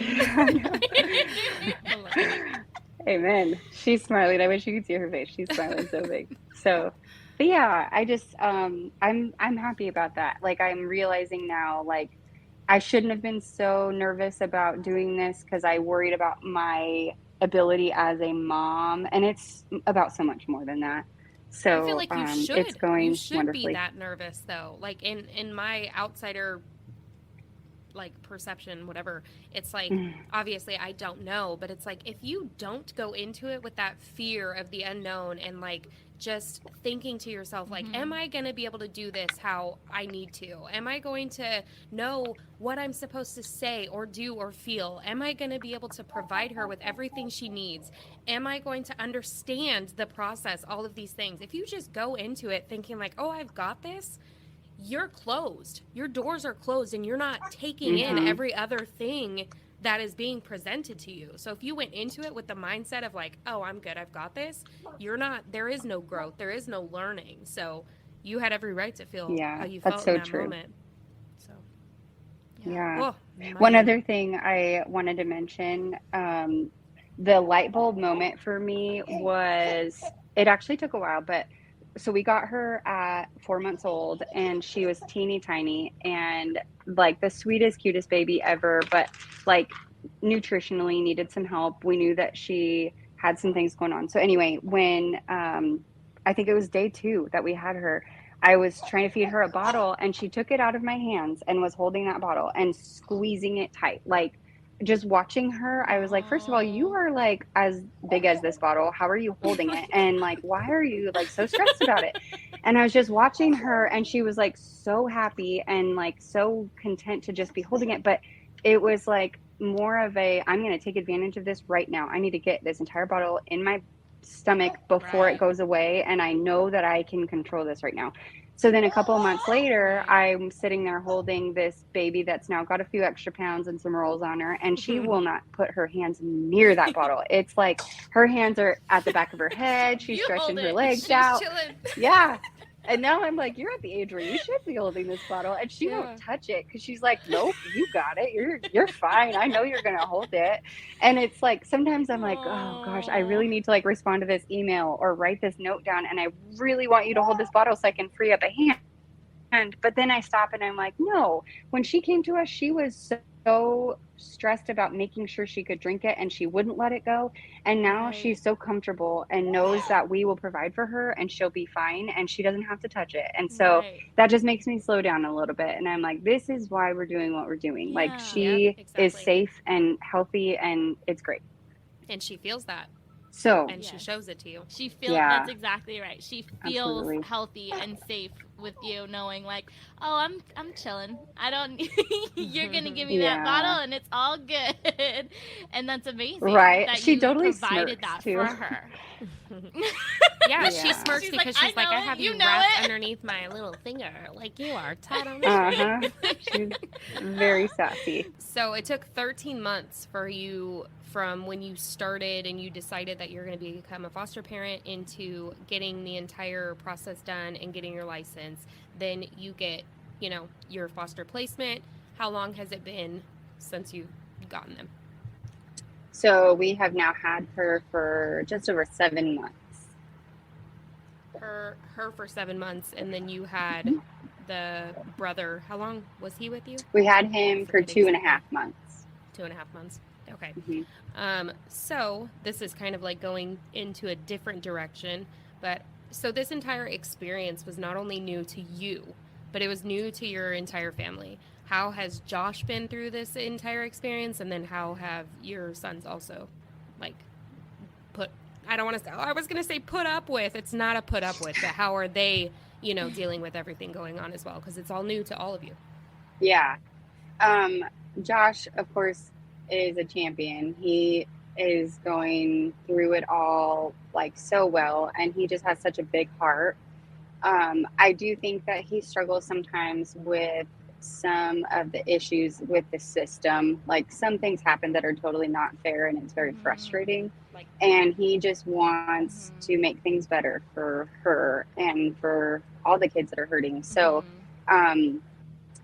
yeah, I mean, he's doing the best he can. He, of course, like is at work most of the time during the day. So I'm home and like in the trenches, but he's always so good about supporting me and being that listening ear. And then any way he can help step in, he does. Sometimes I have had to like get 2 kids to 2 different appointments at the same time or like back to back. And there's still some like COVID rules at like the hospital and the clinic where they have to go. And so I literally had to have him like park in the parking garage and sit with one kid while I take one kid in and then come and switch. And then he sits with the other one while I take the other one in. So it's just crazy stuff like that. But he's always, as soon as I call him, he's just like, tell me what you need. Let's do it. So he's doing wonderfully. Our kids have handled it so well. I'm so proud of them. And I like, makes me a little bit sad to say, but they've like grown up so much already in this experience. So I mentioned that we tried to keep them under JD's age so that he would still be the oldest, and I think he loves that role. He is such a good helper to me, and he's so caring and kind with the little kids. So sometimes he still fights with Brody, but I mean they've been with each other this whole time, so he's like just takes it out on him a little bit. But no, he's just like gotten so much more mature. Brody loves the baby. He's so happy to have her, but I do think he struggled for a while and probably still does with sharing attention. So before we got her, obviously him and I spent so much time together when JD was at school or doing different things. And I have been a stay-at-home mom since he was like 5 months old. So that was a little bit of a change for him, just trying to get used to like having to share. And then when we had the little boy, those two were so close in age, they like really fought a lot, and that was very difficult for all of us. But I mean, that's a challenging age anyway. And then given the circumstances, of course, it's a lot to take in. So since the little boy went home, he's told me that he misses him and he wishes he could see him and play with him. So it's not like all bad memories, which makes me feel better. But during the time, I was a little worried that he would be like a little resentful because it was very hard for him. But I think he has enough good memories where he's not resentful. So that's good. Right. Yeah, you want the whole entire experience to be positive. Sorry, go ahead, Heather. Positive.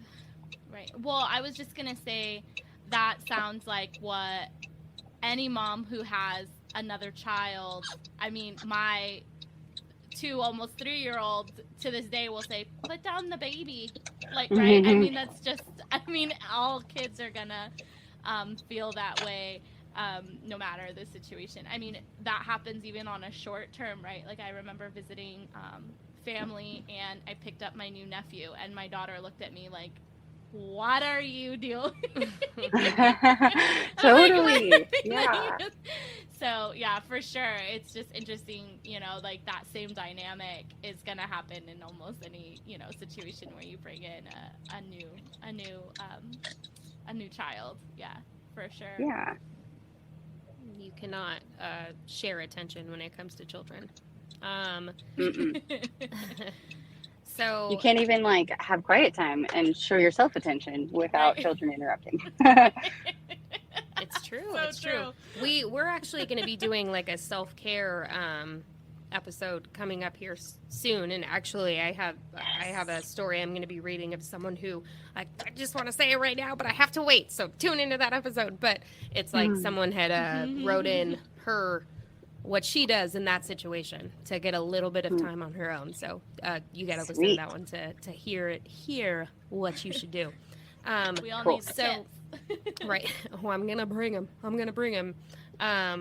What are some of the struggles like that you guys have gone through as a family, and then also like you individually, since you're pretty much the one that has her the majority of the time?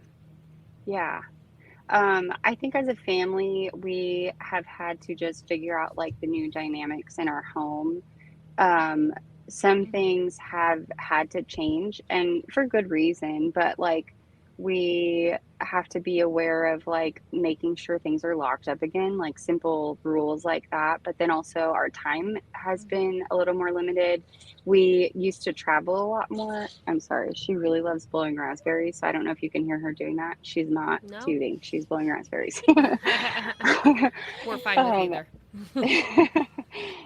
But yeah, so like just changing our lifestyle, I think, to make sure that we're doing this the best way we can. And so those are like things that are a little more selfish that we've had to give up. So it's not the end of the world, it's not a horrible thing, but just like being more aware of that.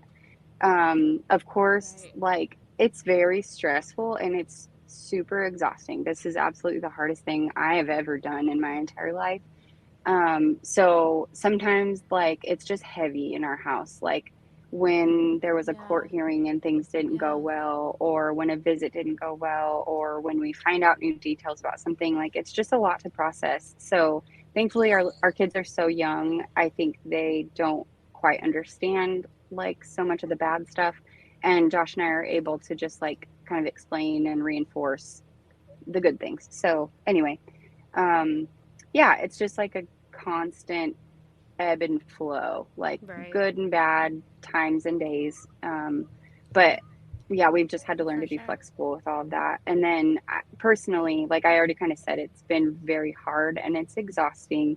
I've always been a control freak, and that's something that I've had to completely let go because there's absolutely nothing I can control in this situation, and I hate it. So things have changed since we started, and I at first hated it because it was more that I had to realize I couldn't control it. But now I'm starting to appreciate, like, just kind of keeping my nose out of stuff a little bit more, which does not come naturally, but it's just like necessary for my sanity.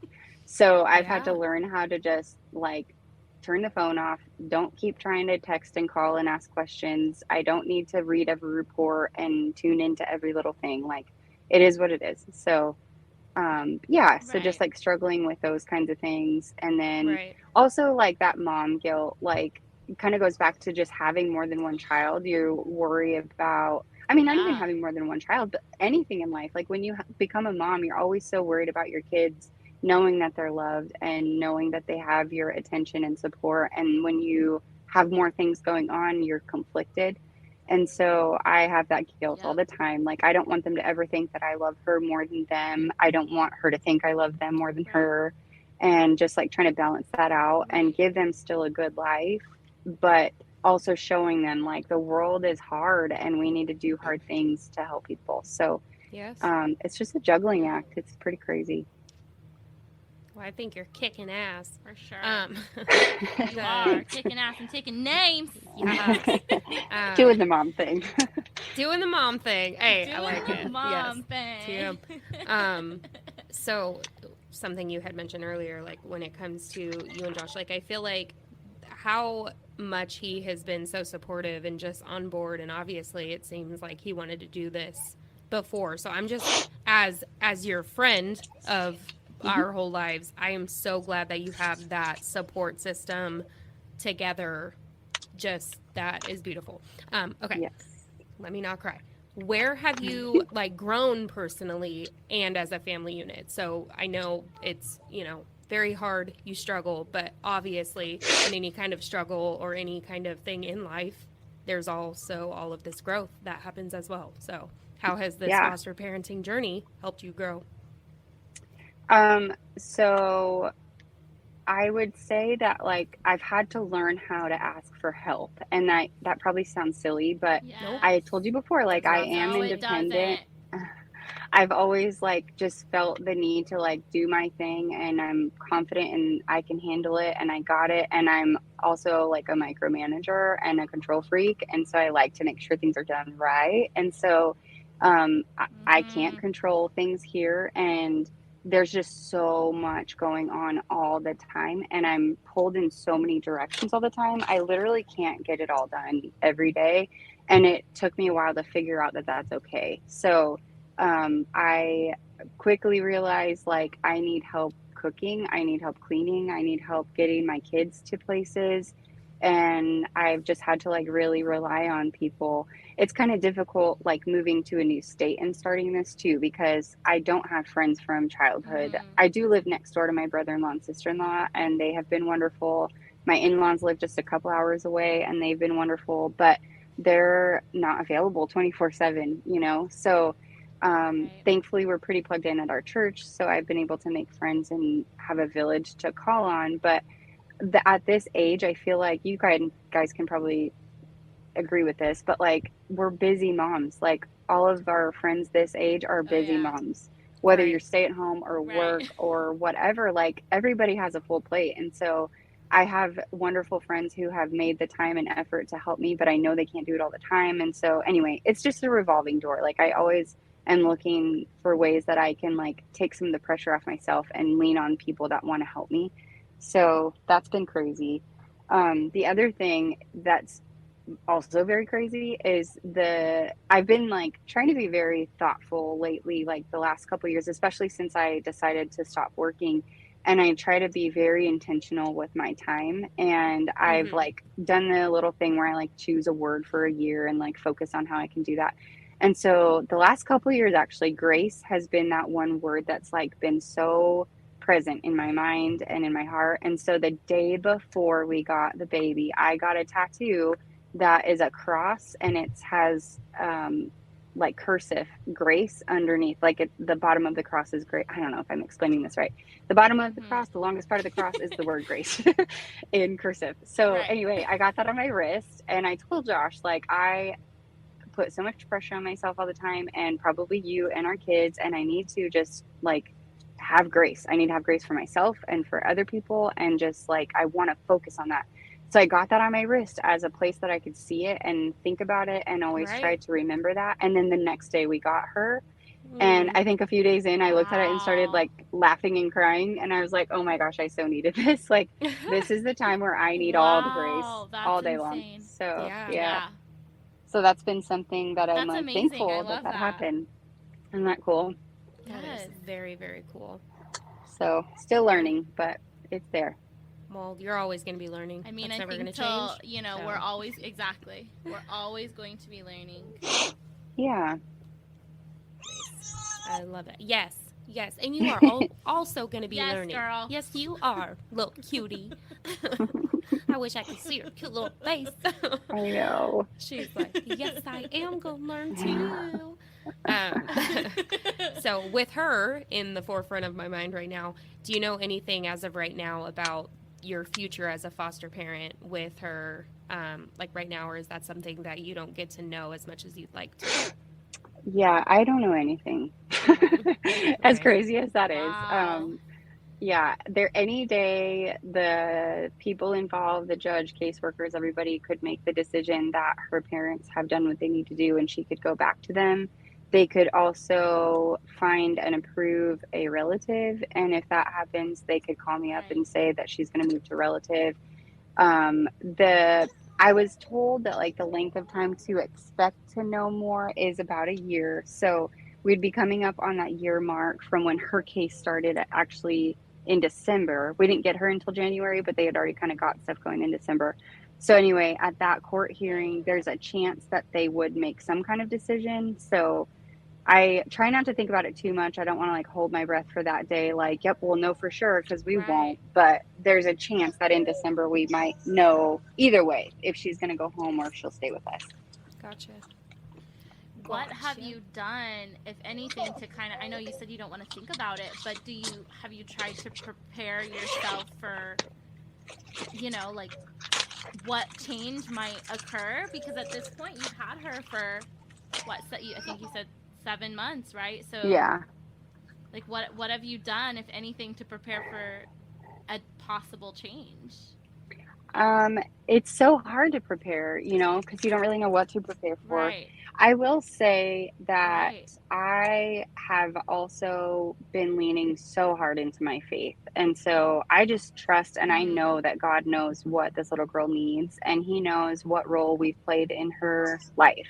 So I also, this did not come naturally to me or easy or quickly, but I've also learned to pray for her parents. Like every single day I pray for them, and I have reasons to, I don't want to say anything wrong here, but like there's things that have happened and that I've learned about where I could easily be like, nope, we're going to keep her, you don't deserve her. But I know that she is here because of them. They gave her life and they gave us the opportunity to know her and love her, and that's enough for me to say I want them to get better. And I would be ignorant to say that they are truly just selfish and bad people. Like they are hurting. And I know that they've been through things that have made them do the things that they've done. And like I said, I couldn't get to that place for a while. I wanted to be very resentful for a long time. And of course, I'm protective. Like she's my baby and I will defend her and protect her. And I want what's best for her.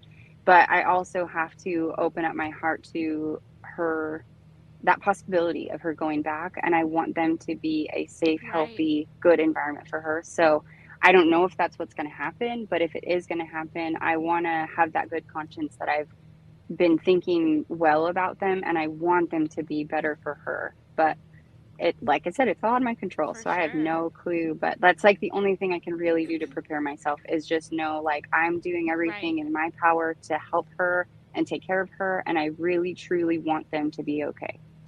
For sure. Wow. That's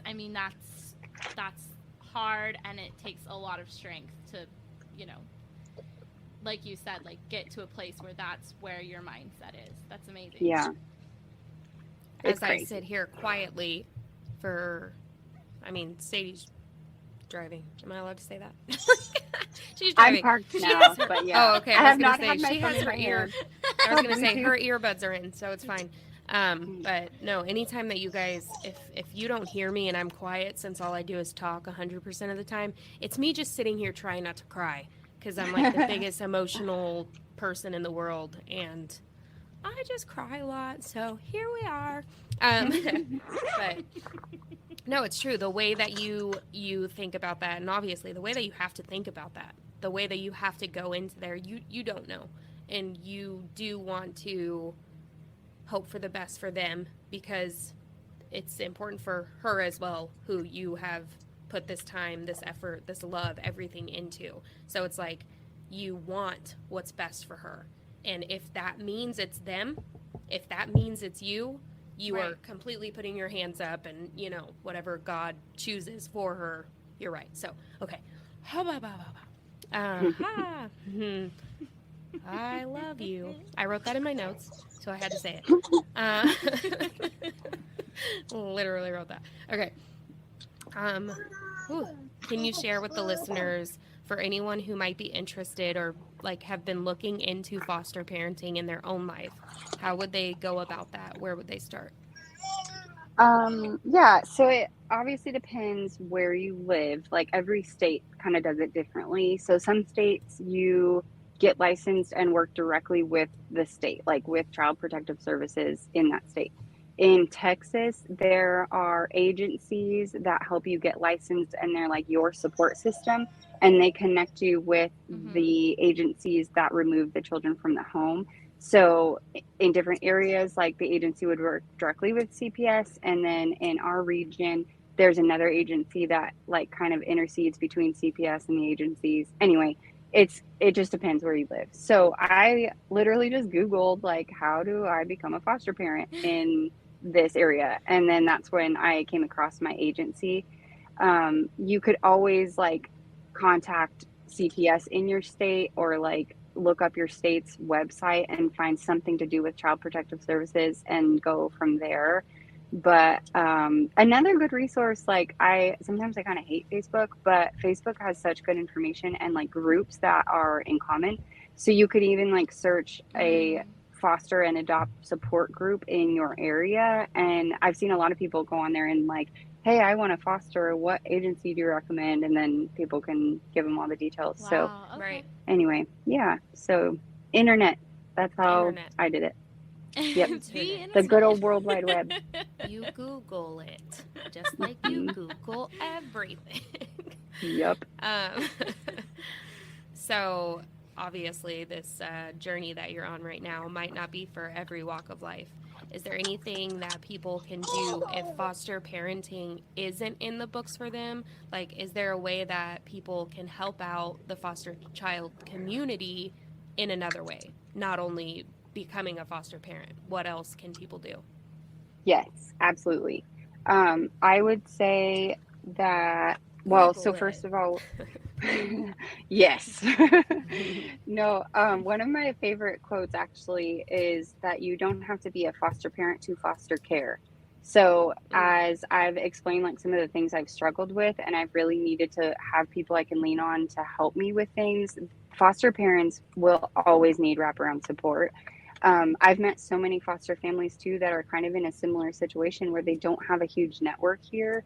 Like they don't have a lot of family, or Mm. their friends and family are all in the same crazy busy season of life. So there are plenty of ways to help. Our church actually has a whole ministry. Like I told you, they started that like when I started going to church here.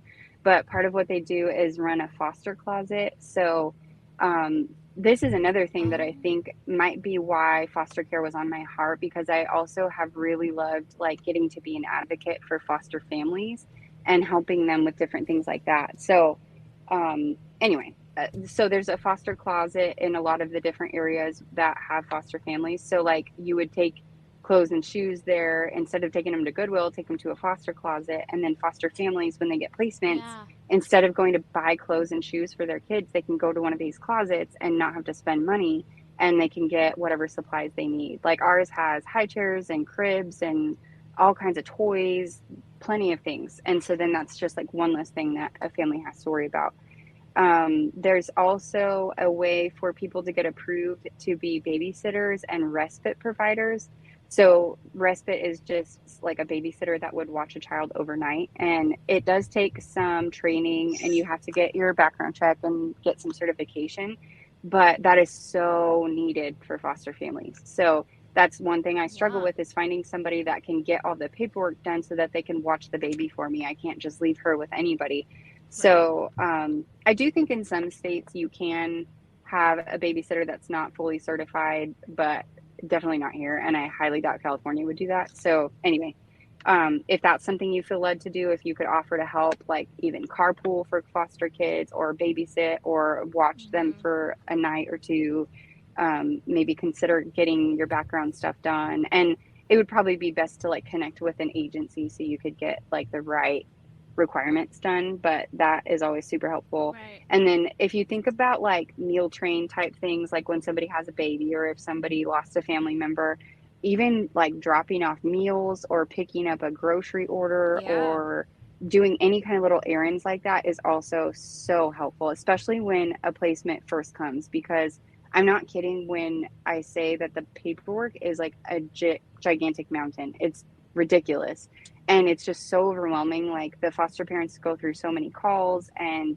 documents, and like they have to have all these people in and out of their house like all day every day, and it's just insane. So anything like that you could think of that you could help. You don't even have to do background check and stuff to do that. You could just drop off supplies for them or meals or whatever, and that would also Yeah, be for super sure. helpful. So lots of ways to help. I love that. Is there any advice? Is there any advice you can give to anyone who may be looking into fostering, considering it, or even might already be a foster parent? So, any advice that you've like gotten, obviously, from your experience that you could share with anyone in this walk of life? Yeah, I would say you have to just trust the process. Like, it's really hard to not have control. It's hard not to know what's going on. It's hard to just like be vulnerable, but you also know that you went into it with good intentions, or if you're thinking about it, you're going into it with good intentions. You know that you want to open up your heart to help children, and it's going to be really hard, but you know the end game. Like, you know that kids need help, and that's what matters. So a lot of like stories that I've read online about foster parent experiences is that like it is really hard for them, and it does break their heart when a child leaves and all the things that they go through, but they come from a place where they're usually whole and healthy and in a good, strong place, and they're like, I can take it, I can handle this heartbreak, but I know I did my part to help this little child feel loved and safe for as long as I could. So just keep that in mind. And if I mean, in that time, like if we'll just use yours for example, if she was to go to her family, it's like, it's sad, you're gonna hurt, it's gonna be such like a change, but it's also gonna give you that opportunity. If you move forward and you continue with the foster parenting life, then it's like you get to make another difference in another child's life. You know, one door closes, one door opens, and you are going to be able to give yourself to other children who need that, since she would be already getting that again, is the point I'm trying to make. Yeah. So, and I've kind of been going back and forth, like, now that we've been in it, and I know eventually her case is going to close, whether that means that we get to adopt her, or if she's going to go back, or if she's going to go with family. I know that it's going to come to an end. And so I've been kind of going back and forth about, do we open up for 2 again? Do we open up just for 1 again? Do we take a break for a little while? Or now that I've kind of gotten plugged in with some of those places to volunteer to like support foster families, and I've kind of been through it and I understand what support they need, I'm kind of also thinking that way too. Like, maybe I can use this experience to like do something to help other foster families, and maybe I don't know. I mean, I do go back and forth a lot, because I would hate to say like, yeah, I'm not fostering anymore, because I think we probably would. But if that doesn't happen, I at least have some things that I could do to help. Right. For sure. For sure. Man. Okay. Well, is there anything else? I mean, you've shared so much with us already, but is there anything Way else too much. No, absolutely not enough. That's why I'm saying, is there anything else you want to share with the listeners before you go? Because you think it's too much, but this life is too much. That is a quote from Rachel. Life is too much. Rachel. Like, is there anything else that you'd like to share with any of the listeners before you go? Yeah, I guess my last takeaway, like related to foster care or not, if you feel this like burn inside of you to do something, to make a change, you need to just do it. You need to trust it. And if you're like me and you keep ignoring the signs, you're going to keep getting more signs. And I would say, don't worry about not being in the perfect place at the perfect time with the perfect circumstances, because that's never going to happen. Right. So, I mean, people say that a lot about a lot of things, you know, but you can't wait for it to all be perfect. And if you are worried about you being perfect in it, that's also never going to happen. But I think if you just go in it with an open, full heart, like ready to do something good, you're going to get good out of it, and you're going to make a difference. You just have to do it. So don't worry about perfection, worry about progress. Just trust yourself. Thank you for sharing all of this with everybody. We really appreciate it. We love it. Just doing the mom thing. No big deal. Doing the mom thing. Thank you for logging on 17 different times to get this episode. We really appreciate it. I mean, I feel like that just shows everyone how when you're a mom, you just do what you got to do. You go with the flow. You make it happen however it needs to happen. Joel, earlier, I walked downstairs and he's like, next time that you guys record, like if you guys have more than just you and Heather, I think you have to do it at night when babies are sleeping. I was like, that is usually what like how that would work probably, but no. Yeah. I'm like, it shows how life really is. So that's well, and also you have a stay-at-home mom who very rarely gets to talk to adults like when she wants to. Right. So I'm like, I need all the words to come out, and I don't know how to put them all together. So I'm just gonna keep talking and put them all together. I love it. All right, I will release you. Let me out. All right, thank you very much. We will let you know kind of when this is going to be coming out, and love it. Give your mom a hug for me. Yes, will do. Will do. Okay. Lou. All right, we'll talk to you later. Okay, bye. Bye.